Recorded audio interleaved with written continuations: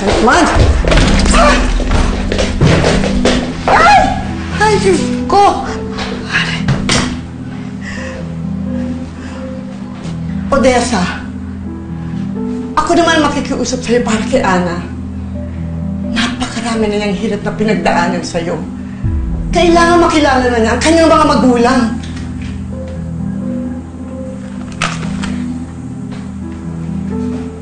Tanga ba ako kagaya mo, tita?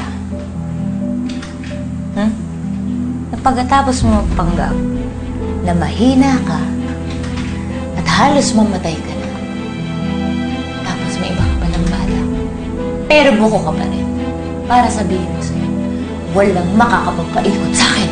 Eh, pinilit ko naman gawin yun eh. Pero hindi makaya ng konsensya ko. Hindi ba? Nanahimik naman ako eh. Pero hindi ko magawa. Dahil ayaw mo mapakasal ka kay Larry. Huwag kang mag-alala, tita. Hindi ka naguguluhin ng konsensya mo sa impyerno. Talaga alam mo, yung utak mo, sirang-sira na! Sige. Sige, patayin mo na ako. Patayin mo na ako nang matapos ang lahat ng ito. Yan ang gusto mo? Yan ang gusto mo? Ha? Ha?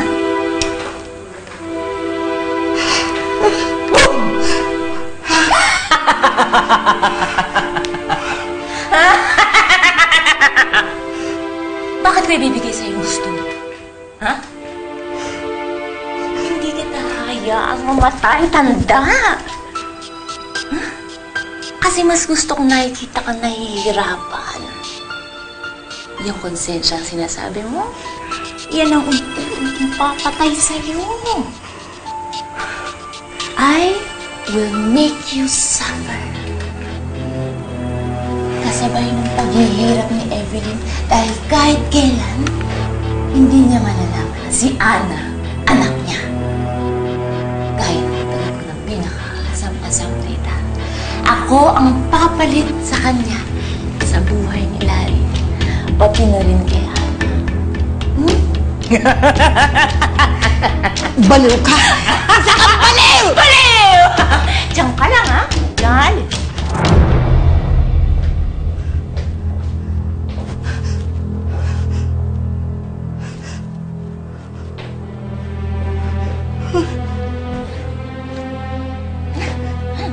Alam mo na yan, alam mo na yan.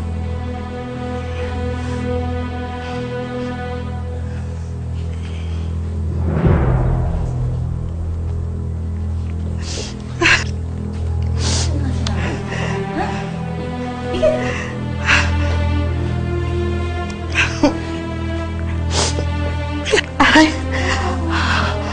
Wawa yung matanda.